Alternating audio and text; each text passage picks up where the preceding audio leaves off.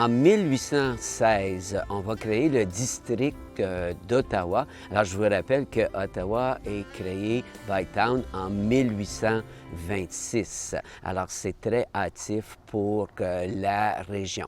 Au début, on n'a pas de prison, on siège dans des locaux temporaires, mais en 1824, M. Jacob Marston va donner le terrain où on est aujourd'hui pour la construction d'une prison, mais aussi d'un palais de justice. Alors, on va construire en 1824-1825 la prison, mais c'est pas ce que vous voyez aujourd'hui. C'est la partie centrale avec la magnifique coupole, mais c'est un bâtiment qu'on va agrandir à plusieurs reprises.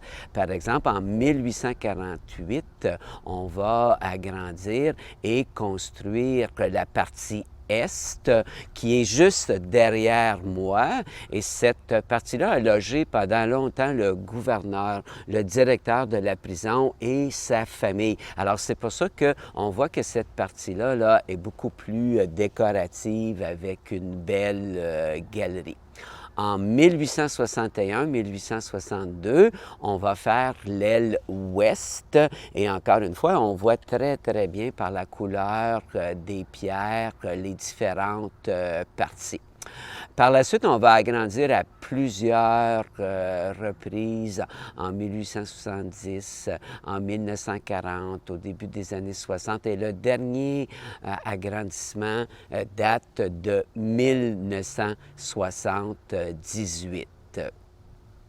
En 1998, la prison va fermer.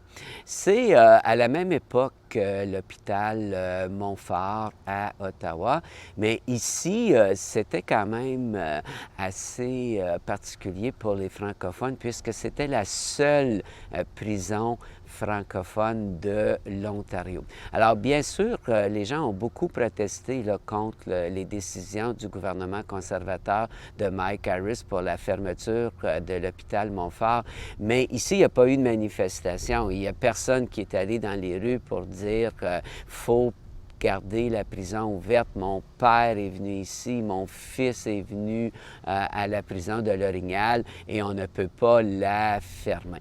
Alors, la prison ferme en 1998 et à ce moment-là, j'étais vice-président du regroupement des organismes du patrimoine franco-ontarien et l'organisme s'est dit on devait préserver ce lieu historique puisque ça reflète bien l'histoire, ça fait partie de l'histoire des franco-ontariens, mais aussi c'est un magnifique bâtiment.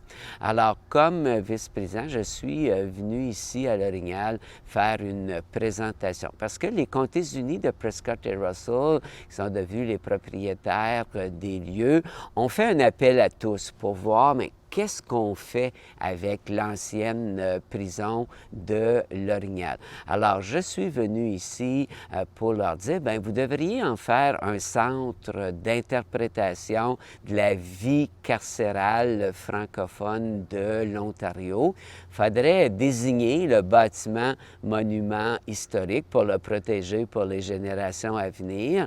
Il faudrait en faire un centre d'interprétation, mais aussi un lieu où on mettrait en valeur l'histoire de la région, des comtés unis de Prescott et Russell, en faire un centre touristique et surtout un lieu d'animation. En fait, on ne voulait pas un lieu où il ne se passerait rien, là, que des visites guidées, mais on voulait aussi qu'il y ait beaucoup d'animations qui se fassent ici. Alors, il y a eu d'autres projets qui ont été soumis, mais c'est celui du Réseau du patrimoine franco-ontarien qui a été choisi et on a fait une étude, Mme Paul Doucet, qui était dans le domaine du patrimoine, a fait une étude de faisabilité. Et en 2005, on a créé un comité de l'ancienne prison de l'Orignal qui était présidé par Mme Renée Proulx-Dubé. Moi, j'ai été le vice-président. Et tout ce qu'on avait rêvé au départ est devenu réalité au fil des ans, sous la direction de Mme Dubé, mais aussi sous la direction de la présidente actuelle, Louise Bédard. Louise est là depuis le début. Elle est vraiment l'âme de la prison de l'Orignal et c'est grâce à elle et à ce comité si tout fonctionne si bien maintenant. Mais revenons à la vie carcérale. Il s'est passé, en fait, beaucoup de choses à la prison de l'Orignal entre 1825 et 1898. Entre autres, il y a eu 5 pendaisons entre 1883 et 1932. Et même la dernière pendaison est une pendaison double. Alors, ça, c'est très bien documenté parce qu'on a pu avoir des témoignages des gens du village. Ce qui est assez lugubre, certains corps n'ont jamais été réclamés et ils sont enterrés en dessous de la prison. Ne me demandez pas où. On sait avec certitude que leurs dépouilles sont en quelque part, mais on n'a pas le lieu exact. On a aussi un pilori qui rappelle comment la justice était cruelle à l'époque. C'est pas arrivé souvent, mais ici, en face de la prison de l'Orignal, il y a eu des flagellations publiques.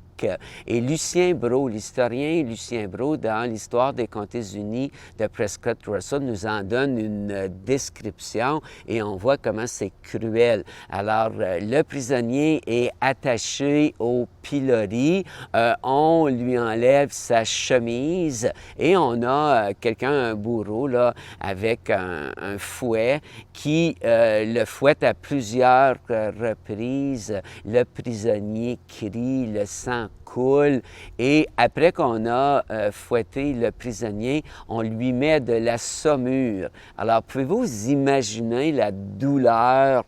Et souvent, c'était pour des petits vols, des petits larcins. Mais en faisant ça publiquement comme ça et en le faisant d'une façon si cruelle, on voulait envoyer un message. On peut penser que ceux qui assistaient une seule fois dans leur vie à une supplication, à une flagellation publique comme ça, mais ne volaient absolument, ne volaient plus jamais ou en fait ne commettaient pas aucun crime parce que ça semblait si pénible et si douloureux. Heureusement, avec le temps, les mœurs ont changé et aujourd'hui, il serait impensable d'infliger des supplices comme ça aux prisonniers.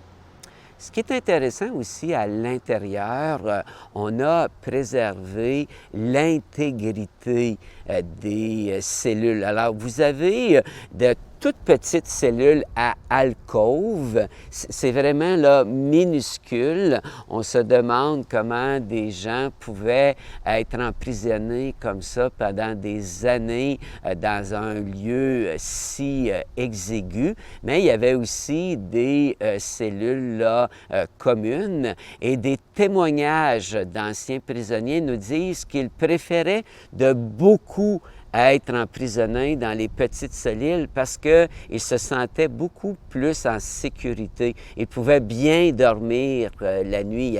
Ils n'étaient jamais inquiets d'être agressés ou volés pendant la nuit. Évidemment, ces prisonniers-là, c'était au 20e siècle. Au 19e siècle, on était emprisonnés presque toute la journée dans ces petites cellules-là. Il faut savoir qu'il n'y avait pas d'électricité, il n'y a pratiquement pas de lumière, alors on peut penser là, que certains prisonniers auraient dû complètement perdre la tête de vivre dans des conditions comme ça. Évidemment, quand on est au 20e siècle, là, ça va beaucoup évoluer. Les prisonniers pouvaient aller dans la cour. Et quand on regarde à la cour, à la hauteur des murs, on comprend que c'était difficile de s'évader. Et on a même des fils barbelés. En fait, ici, on a officiellement que 3 évasions. 3 prisonniers qui se sont évadés et ces prisonniers-là ont été retrouvés assez rapidement et ramenés à la prison de l'Orignal. Alors on peut penser que les gardiens étaient très fiers de voir que leur prison était très sécuritaire. Revenons après 1998. Une des demandes du comité, c'est de désigner le bâtiment monument historique. Alors, c'est ce qui a été fait en 2007. L'ancienne prison de l'Orignal a été désignée monument historique en vertu de la loi sur le patrimoine de l'Ontario. Mais ce qui est intéressant, ce n'est pas que la prison qui est protégée, mais aussi le palais de justice.